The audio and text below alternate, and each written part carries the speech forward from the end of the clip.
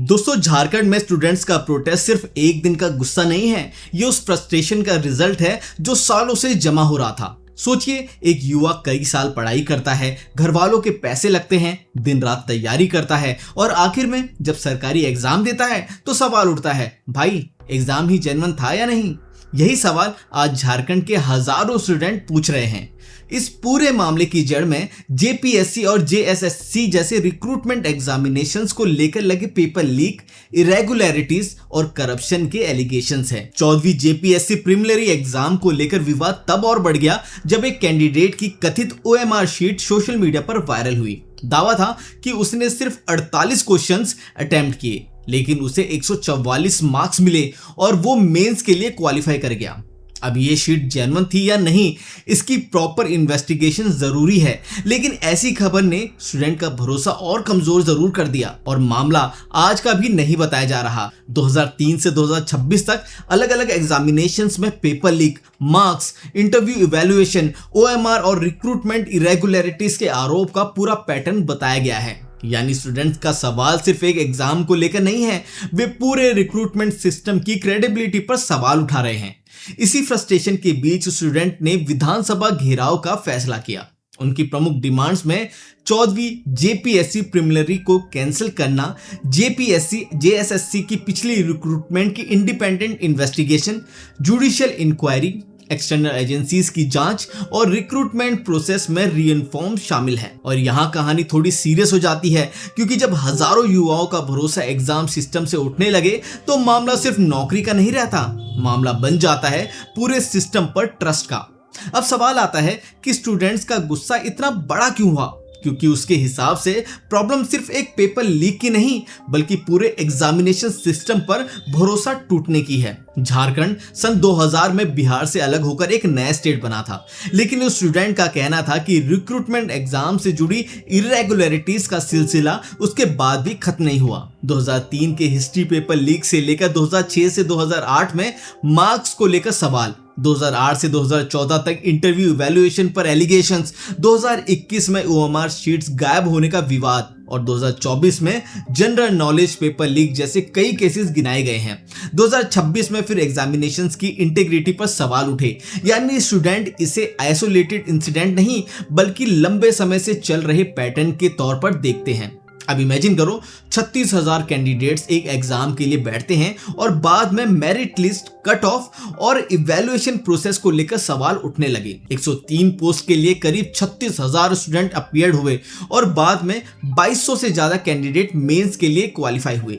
लेकिन category wise cut off को लेकर कंफ्यूजन था और मेरिट लिस्ट पर कमीशन मेंबर्स के सिग्नेचर्स को लेकर भी सवाल उठे। ऊपर से एलिगेशंस की वजह से सीआईडी प्रोब की बात सामने आई। स्टूडेंट की डिमांड्स भी काफी स्पेसिफिक है। पहली, 14वीं जेपीएससी प्रीलिमिनरी एग्जाम कैंसिल हो। दूसरी, जेपीएससी और जेएसएससी की पिछली रिक्रूटमेंट की इंडिपेंडेंट इन्वेस्टिगेशन हो, जिसमें स्टूडेंट्स सीबीआई और ईडी जैसे सेंट्रल एजेंसीज की जांच चाहते हैं। तीसरी, जिन एक्सटर्नल एजेंसीज ने एग्जाम कंडक्ट या डेटा प्रोसेसिंग किया, उनके रोल की समीक्षा हो और जरूरत पड़े तो उन्हें ब्लैकलिस्ट किया जाए। और रिफॉर्म्स की बात भी है। पेपर सेटिंग, प्रिंटिंग और ओएमआर एवोल्यूशन जैसे सेंसिटिव चीजें अलग अलग इंडिपेंडेंट वेंडर्स को दी जाए, ताकि एक ही एजेंसी के पास पूरी प्रोसेस की मोनोपोली ना रहे। ओएमआर में नॉट अटेम्प्टेड जैसे ऑप्शंस जोड़ने और रिक्रूटमेंट एजेंसीज में कॉम्प्रिहेंसिव रिफॉर्म्स की मांग भी रखी गई है। सबसे इंपॉर्टेंट, अगर पेपर लीक या मैनिपुलेशन में कोई मास्टरमाइंड है तो उसकी अकाउंटेबिलिटी तय हो। लेकिन यहाँ एक बड़ा सवाल है, अगर स्टूडेंट्स बार बार वही शिकायत कर रहे हैं तो रिक्रूटमेंट सिस्टम इतना वल्नरेबल आखिर क्यों है? क्योंकि जब गवर्नमेंट जॉब्स कम हो, कैंडिडेट्स लाखों में हो और हर एग्जाम करियर का टर्निंग पॉइंट बन जाए, तब एक छोटी सी इरेगुलरिटी भी हजारों परिवारों के लिए डिजास्टर बन सकती है। और यही फ्रस्ट्रेशन धीरे धीरे प्रोटेस्ट में बदलती है। अब कहानी एग्जाम हॉल से निकलकर सड़क तक पहुंच चुकी है। स्टूडेंट्स की डिमांड पर बातचीत हुई, लेकिन जब उन्हें लगा कि उनकी कोर्ट डिमांड्स पर क्लियर जवाब नहीं मिल रहा तो प्रोटेस्ट और एग्रेसिव हो गया। विधानसभा की तरफ बढ़ रहे हजारों स्टूडेंट के सामने barricading, police deployment, water cannon और टीयर गैस जैसी चीजें इस्तेमाल हुई। रिपोर्ट्स में लाठीचार्ज और स्टूडेंट के घायल होने की बात भी सामने आई। यहीं से एक दूसरा बड़ा डिबेट शुरू हुआ। क्या स्टूडेंट प्रोटेस्ट को सिर्फ लॉ एंड ऑर्डर प्रॉब्लम की तरह देखा जाना चाहिए? देखिए, किसी भी बड़े प्रोटेस्ट में हजारों लोग हो तो हर व्यक्ति के बिहेवियर को कंट्रोल करना प्रैक्टिकली मुश्किल होता है। कुछ जगहों पर अगर किसी ने पुलिस पर हमला किया या वायलेंस किया तो उसकी अकाउंटेबिलिटी होनी चाहिए, लेकिन उसी लॉजिक से पूरी स्टूडेंट क्राउड को अराजक तत्व बोल देना भी सही नहीं है। प्रोटेस्ट में जेन्युइन स्टूडेंट भी हैं और उनके करियर का सवाल भी जेन्युइन है। दूसरी तरफ पुलिस की भी अपनी रिस्पॉन्सिबिलिटी है।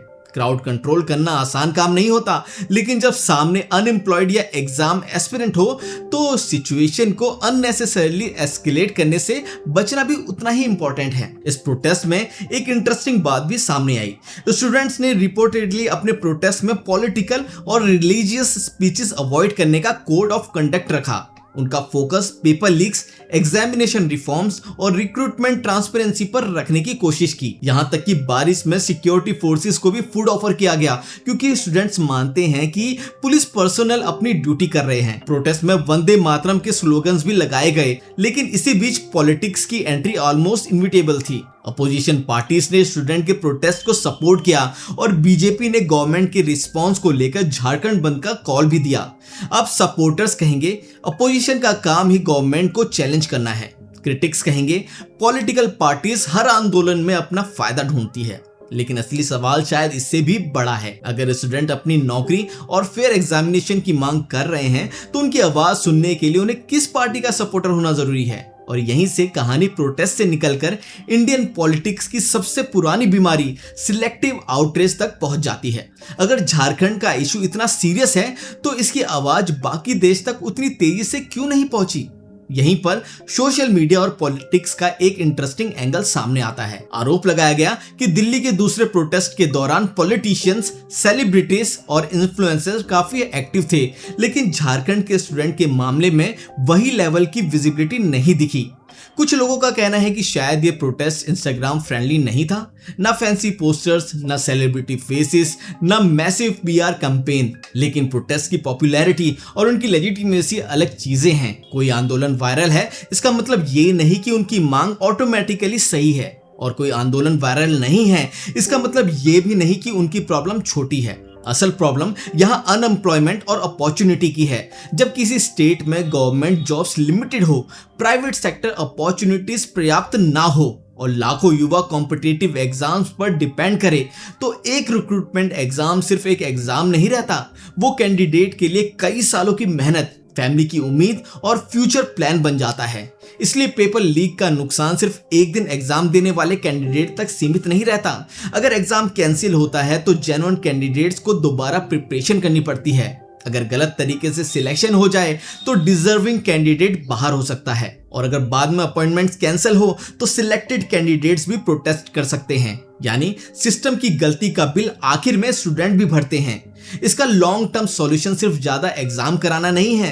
रिक्रूटमेंट एजेंसीज में transparency, secure question paper handling, independent evaluation, strong digital audit trials और फास्ट इन्वेस्टिगेशन जरूरी है। साथ ही स्टेट्स को सिर्फ गवर्नमेंट जॉब्स पर यूथ की डिपेंडेंसी कम करने के लिए इंडस्ट्रीज, एंटरप्रेन्योरशिप और प्राइवेट एम्प्लॉयमेंट अपॉर्चुनिटीज बढ़ानी होगी, क्योंकि झारखंड सिर्फ मिनरल्स और माइनिंग के लिए इंपॉर्टेंट नहीं है। जिस स्टेट से कोल, आयरन ओर और दूसरे रिसोर्सेज देश की इकोनॉमी को मिलते हैं, वहां के युवाओं को अपनी ही स्टेट में अपॉर्चुनिटीज क्यों नहीं मिलनी चाहिए? और यहीं से इस प्रोटेस्ट की सबसे बड़ी सीख है। अनएम्प्लॉयमेंट कोई लोकल प्रॉब्लम नहीं है, करप्शन कोई लोकल प्रॉब्लम नहीं है, फेयर रिक्रूटमेंट भी सिर्फ एक स्टेट की मांग नहीं है। आज झारखंड है, कल कोई दूसरा स्टेट हो सकता है। अगर एग्जाम सिस्टम पर भरोसा टूटता रहा तो नुकसान सिर्फ कैंडिडेट्स का नहीं होगा, पूरे देश की मेरिट और गवर्नमेंट सिस्टम का भी होगा। इसलिए सवाल किसी पार्टी के पक्ष या विपक्ष का नहीं होना चाहिए। सवाल सीधा है, जो बच्चा ईमानदारी से पढ़कर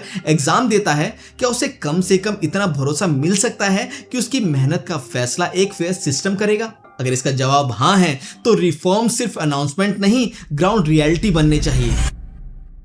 तो दोस्तों, आखिर में बात सिर्फ झारखंड की नहीं है, बात उस सिस्टम की है जहां बच्चा सालों पढ़ता है और फिर एग्जाम देकर सोचता है पेपर दूंगा या पहले आरटीआई डालूं। मजाक अपनी जगह, लेकिन फेयर रिक्रूटमेंट किसी भी डेमोक्रेसी की बेसिक जरूरत है। अगर मेहनत करने वाले स्टूडेंट को सिस्टम पर भरोसा नहीं रहेगा तो टैलेंट फ्रस्ट्रेशन में बदलेगा और अपॉर्चुनिटीज दूसरे शहरों की तरफ भागेगी। इसलिए सॉल्यूशन सिर्फ प्रोटेस्ट खत्म करना नहीं बल्कि ट्रांसपेरेंट एग्जाम्स, स्ट्रिक्ट अकाउंटेबिलिटी और ज्यादा एम्प्लॉयमेंट अपॉर्चुनिटीज बनाना है, क्योंकि देश तभी आगे बढ़ेगा जब मेरिट को जुगाड़ नहीं सिस्टम सपोर्ट करेगा।